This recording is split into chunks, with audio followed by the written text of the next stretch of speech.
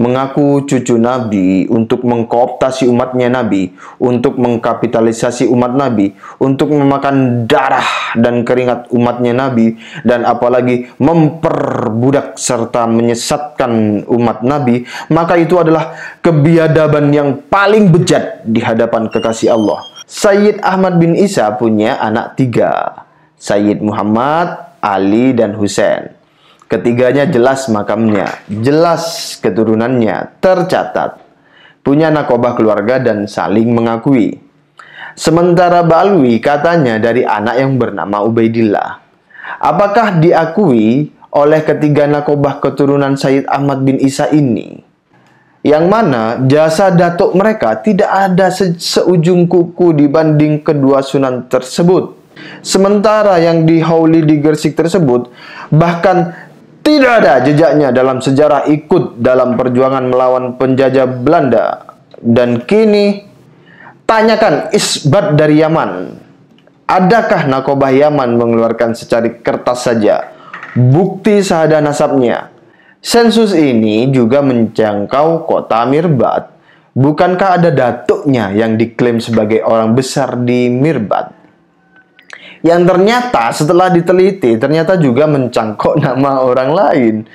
Sebelum mereka dengan jujur mengakui kebohongan klaim nasab dan sejarah mereka, maka sebelum itu dilakukan, baik mereka yang bertopeng radikal maupun moderat, sejatinya sedang membagi peran untuk infiltrasi dan memecah belah kemanusiaan dan kebangsaan di bumi pertiwi Indonesia. Suatu doktrin penyesatan yang dimulai dari tahapan. Jadi ini tahapannya, workflow-nya. Tulisan terbaru dari KRT Fakihwira Hadiningrat berjudul Verboden Voorhonden en Inlander. Artinya pribumi dan anjing dilarang masuk. Teman-teman bisa membacanya secara mandiri di link yang saya sematkan di kolom deskripsi. Tulisan ini dimulai dengan quote dari Nelson Mandela, seorang pemimpin Afrika Selatan, pendobrak sistem rasis apartheid. Beliau mengatakan, "Saya benci diskriminasi dan segala manifestonya. Saya bertarung sepanjang hidup saya. Saya bertarung sekarang dan sampai akhir hayat saya." Dusta di alam kemerdekaan. Di dalam darah kami mengalir darah Rasulullah. Awas, hati-hati kalian dalam memperlakukan golongan kami. Rasulullah itu kakek ane atau kakek ente? Kami adalah majikan kalian. Kami adalah pemilik bangsa. Kami adalah pemilik kedaulatan. Kalimat-kalimat model penyesatan seperti di atas banyak kita dengar dari ocehan kaum Ba'alwi dan bertebaran jejaknya di media sosial serta media mainstream nasional. Suatu doktrin penyesatan yang dimulai dari tahapan. Jadi ini tahapannya, workflow-nya. 1. Mengaku berdarah mulia karena membawa keturunan nasab Nabi Muhammad SAW, nabinya umat Islam yang merupakan mayoritas di negeri ini. 2. Kemudian memprodusir dalil-dalil agama akan keutamaan mereka sebagai keturunan Nabi SAW, sekaligus dalil ancaman apabila tidak percaya apalagi berani melawan segala doktrin sesat mereka. Misalnya tidak akan mendapat syafaat Nabi di akhirat atau tidak diterima segala amal kebajikannya, dan yang paling fatal adalah mati kafir atau su'ul khotimah. 3. Kemudian mereka memprodusir klaim sejarah sebagai pejuang bangsa dan ikut andil di dalam momen-momen menuju kemerdekaan. Padahal nyatanya zong dan nihil. Justru merekalah antek Belanda, datang atas settingan Belanda, bekerja untuk Belanda, berfatwa demi kepentingan Belanda, bahkan menerapkan politik paling rasis melebihi Belanda hingga sekarang setelah bangsa Indonesia jauh telah merdeka. Mengapa jauh melebihi Belanda? Tanda tanya. Karena mereka membungkusnya dengan dalil agama, dengan merampok otoritas pemilik kebenaran tertinggi berdasarkan rasisme keturunan. Walaupun nyatanya itu palsu dan dusta belaka. Bila tidak palsu, buktikanlah silsilah nasabnya bersambung dalam kitab-kitab nasab atau mampu menghadirkan isbat nasab keturunan Nabi dari nakobah internasional, terutama Yaman dan Irak, sebagai negeri yang dicangkoknya serta pembuktian genetika apakah sama mereka dengan keluarga Nabi di Timur Tengah sana. Dan hasilnya nol besar. Pembohong seperti ini jelas mengkhianati Pancasila dan Bhinneka Tunggal Ika. 4. Setelah sebagian umat yang mati akalnya dan teracuni doktrin sesat tersebut menjadi pengikutnya, mulailah mereka bicara tentang politik dan kekuasaan. Diawali dari penyesatan sejarah bangsa dan klaim jahat bahwa mereka bersaudara dengan Terah Wali Songo dan Kesultanan Nusantara. Sehingga merekalah para tuan dan majikan di Nusantara yang berhak dapat apa dan dalam posisi di mana. Padahal sesungguhnya itu dusta besar dan kebohongan yang biadab. Kesimpulannya, apapun pergerakan politik mereka, baik di dalam partai politik atau di dalam organisasi keagamaan maupun sosial, termasuk pembagian oknum mereka yang menyebar dalam perhelatan pilpres dan caleg, adalah layak diwaspadai. Sebelum mereka dengan jujur mengakui kebohongan klaim nasab dan sejarah mereka, maka sebelum itu dilakukan, baik mereka yang bertopeng radikal maupun moderat, sejatinya sedang membagi peran untuk infiltrasi dan memecah belah kemanusiaan dan kebangsaan di bumi pertiwi Indonesia. Maka pahamilah pesan abadi dari Ronggo Warsito, pujangga besar Nusantara berikut ini. Amenangi zaman edan, yen ora melu edan ora keduman. Ati tansah nelongso, ananging dilalah kersani Allah Ta'ala. Sak begja-begjani, wong kang lali luwih becik, wong kang eling lan waspodo. Jika diartikan ke dalam bahasa Indonesia seperti ini, menyaksikan zaman edan, ketika tidak larut dalam kegilaan, tak bisa mengecap kenikmatan. Maka hati jadi remuk, susah. Namun karena rahmat Allah, seberuntung-beruntungnya orang yang lupa, lebih baik orang yang ingat dan waspada. Sebab sejarah rasisme Nusantara. Di era kolonial Hindia Belanda muncul istilah pribumi yang diterjemahkan dari bahasa Belanda Inlander. Tahun 1854 pemerintah kolonial Belanda mencetuskan istilah pribumi untuk menyamakan beragam kelompok penduduk asli di Nusantara saat itu, terutama untuk tujuan diskriminasi sosial. Selama masa kolonial Belanda, mereka menanamkan rezim segregasi, pemisahan rasial 3 tingkat, yaitu 1. Ras kelas pertama, Europeanen, Eropa kulit putih dan pribumi Kristen atau Katolik. 2. Ras kelas 2, Fremde Oosterlingen, Timur asing seperti Tionghoa, Arab, India maupun non-Eropa. 3. Ras kelas ketiga, Inlander, yang diterjemahkan menjadi pribumi. Link tersemat dari Quora.com. Karena sebutan itu sangat rasis di zamannya, maka muncullah penolakan dari kaum nasionalis, di mana sebutan Inlander dirubah menjadi Indonesia, pribumi menjadi Bumi Putra, dan justru Jepanglah yang menghapus sistem ini. Ketika masuk ke Indonesia tahun 1942 sebagai awal berkobarnya Perang Dunia Kedua, mereka menawarkan semangat kesetaraan sebagai saudara tua dari Indonesia. Tetapi tujuannya sama saja, agar Bumi Putra mau membantunya melawan sekutu, seolah keluar dari mulut serigala malah masuk mulut buaya. Kembali ke istilah Inlander yang sangat rasis, di zamannya mereka yang diklasifikasikan dalam kelas ini setara dengan anjing, sehingga banyak gedung kolonial dan fasilitas umum ada tulisan Verboden voor Honden en Inlander. Bumi Putra dianggap anjing di tanah kelahirannya sendiri, di tanah yang dibangun selama ribuan tahun lamanya oleh leluhurnya sendiri. Di dalam novel bestseller Bumi Manusia, karya Pramudia Anantatur, pribumi juga disebut sebagai Mingke, plesetan dari monkey atau monyet. Inlander sendiri terbagi menjadi 3 bagian. 1. Inlanders Gestalt, yaitu pribumi beragama Kristiani yang disetarakan dengan warga kelas utama Eropa. Maklumlah tujuan dari penjajahan memang gold, glory, dan gospel. Mendapatkan emas, kejayaan, dan penyebaran agama. Semangat gospel memang sebagai kelanjutan dari dendam dan motivasi perang salib. 2. Inlander de Eerste, atau pribumi pertama. adalah golongan ringrat, aristokrat atau priai keluarga kerajaan Nusantara. Golongan ini pun sejatinya juga disamakan dengan anjing. Tujuannya adalah desakralisasi dan delegitimasi baik secara mental maupun politik, agar tidak percaya diri bila ada niatan untuk bangkit.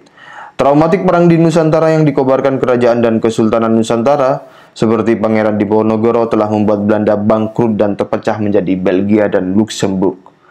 Namun sejarah mencatat, kaum aristokrasi Nusantara tidak pernah padam semangatnya untuk menghapus penjajahan dari bumi pertiwi. Pergerakan kemerdekaan menuju terbentuknya NKRI juga dimotori oleh golongan ini, baik Budi Utomo, Sumpah Pemuda maupun BPUPKI dan PPKI. Tanpa restu pemilik kedaulatan lama, yaitu para sultan dan raja Nusantara, NKRI tidak akan pernah berdiri dan mendapatkan kedaulatannya di mata internasional. Yang ketiga, Inlander de tweede klasse, Inlander paling bawah kelasnya, yaitu rakyat jelata non-bangsawan. Bila yang priai saja, Raden Tirto Adi Suryoputra, seorang bupati yang dalam novel Bumi Manusia disebut Mingke, monyet. Maka bagaimana dengan pribumi kelas rendahan ini? Mungkin dia anggap hama atau lalat. Subbab seruan kepada seluruh bumi putra Nusantara. Mengingat bahwa masih banyaknya bumi putra yang menganggap hal ini kasus biasa saja atau bahkan rela mematikan akal sehatnya demi membela narasi sesat klan Ba'alwi yang justru menghancurkan sendi kemanusiaan dan kebangsaan, maka ingatlah ini adalah momentum yang sesungguhnya amat penting dalam sejarah Nusantara. Kesadaran dan kebangkitan ini terjadi setelah 200 tahun lamanya, ketika bangsa ini ditipu oleh segolongan imigran yang membawa kesesatan sejak awal kedatangannya di era kolonial hingga sekarang di era kemerdekaan.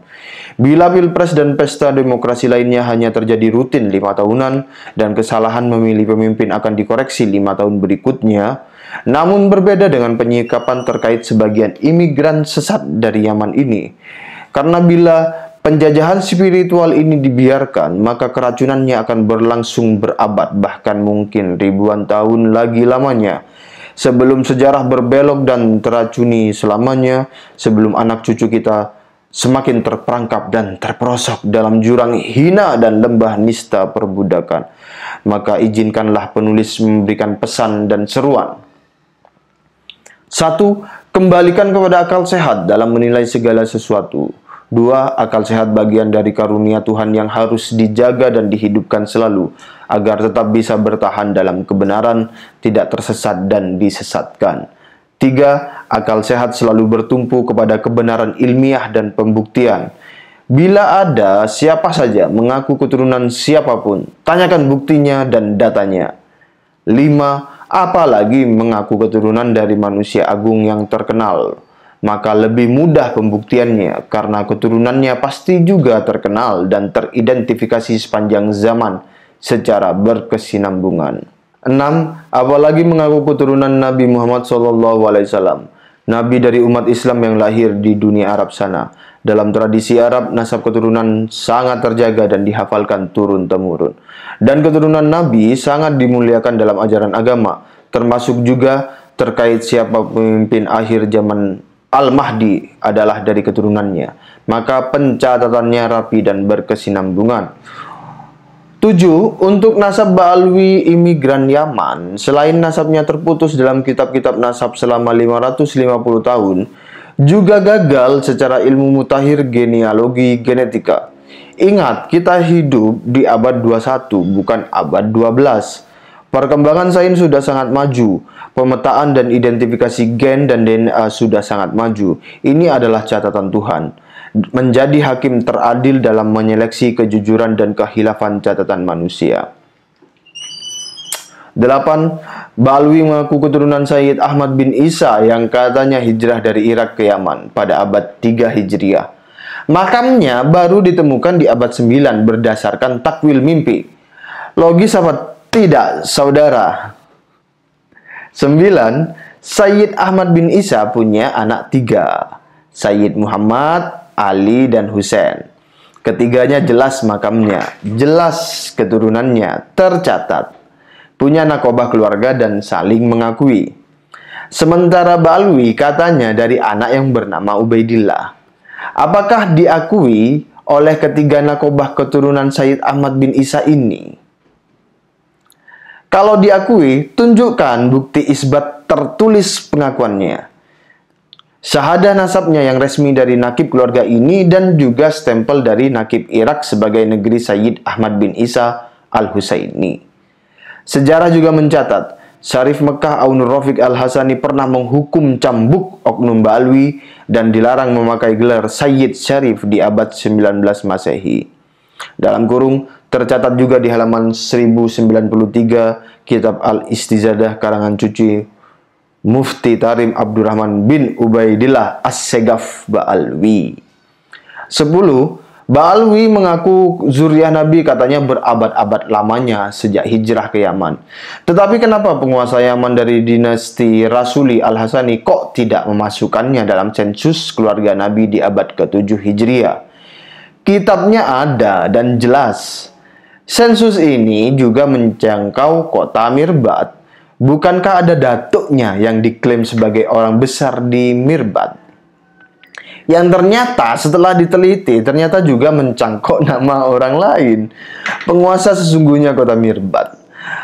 Pantaslah mereka membuat haul Solo, padahal ada Raja Paku Buwono X yang berjasa membiayai pergerakan kemerdekaan, bahkan memberi mereka tanah perdikan.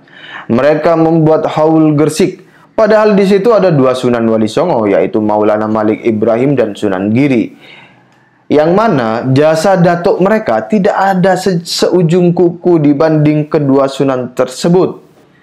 Jasanya apa? Mengislamkan Imperium Majapahit dan menegakkan Imperium Kesultanan Demak.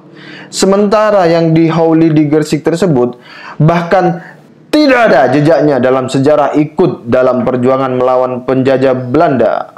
Dan kini tanyakan isbat dari Yaman.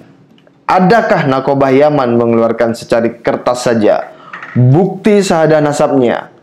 Mari berpikir jujur dan cerdas. Tanda seru 3 kali. 11. Untuk Muhibbin Ba'alwi, kalian harus sadar, Rasulullah menyebut pengikutnya bukan Muhibbin, tapi sahabat. Sahabat itu setara, inklusif, egaliter, bertemu dan berpisah karena Allah. Tapi sebutan muhibbin atau pecinta adalah doktrin awal pembodohan, ketertundukan tanpa syarat. Bila cinta harus sejajar dengan pengorbanan, maka kalian harus siap berkorban tanpa syarat, tanpa bertanya dan tanpa komentar. Rasulullah tidak ingin menjadikan pengikutnya sebagai budaknya. Bahkan yang budak dimerdekakan kemudian dipeluknya sebagai saudara. Rasulullah tidak ingin dimuliakan pengikutnya. Bahkan pernah berlapar ria perutnya diganjal batu 3 hari lamanya. Padahal kas baitul malnya sangat sejahtera. Beliau mementingkan umatnya.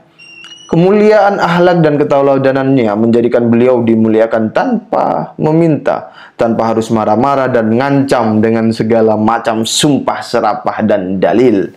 Kemuliaan itu dari pengakuan, bukan meminta pengakuan. Sembunyikan dirimu dan jati dirimu, tapi tunjukkanlah kebajikanmu, dan disitulah kemuliaan sejatimu. 12. Mengaku keturunan siapa saja itu boleh dan wajar saja. Misalkan dusta, maka silahkan ditanggung sendiri akibatnya di dunia dan di akhirat. Tetapi mengaku keturunan orang mulia untuk tujuan yang hina, sama artinya dengan melempar kotoran ke muka orang mulia tersebut. Apalagi yang diakui itu manusia paling mulia, maka murka Allah adalah kepastiannya. Mengaku cucu Nabi untuk mengkooptasi umatnya Nabi, untuk mengkapitalisasi umat Nabi, untuk memakan darah dan keringat umatnya Nabi, dan apalagi memperbudak serta menyesatkan umat Nabi, maka itu adalah kebiadaban yang paling bejat di hadapan kekasih Allah, makhluk termulia yang paling dicintai Allah, yaitu Ahmad Habibullah wa Muhammad Rasulullah. Segeralah bertobat saudaraku, karena nikmat di dunia ini hanya sebentar dan tipuan. Carilah akhirat yang nikmatnya sejati dan abadi, di sisi Tuhan yang maha kasih dan penyayang, maha pemaaf, yang rahmatnya melebihi dan mendahului murkanya, yang semua makhluk dalam genggaman dan kuasanya. Wassalamualaikum warahmatullahi wabarakatuh. Salam sejahtera dan rahayu Nusantaraku. KRT Fakih Wirahadiningrat akhir Januari 2024. Terima kasih. Wassalamualaikum warahmatullahi wabarakatuh.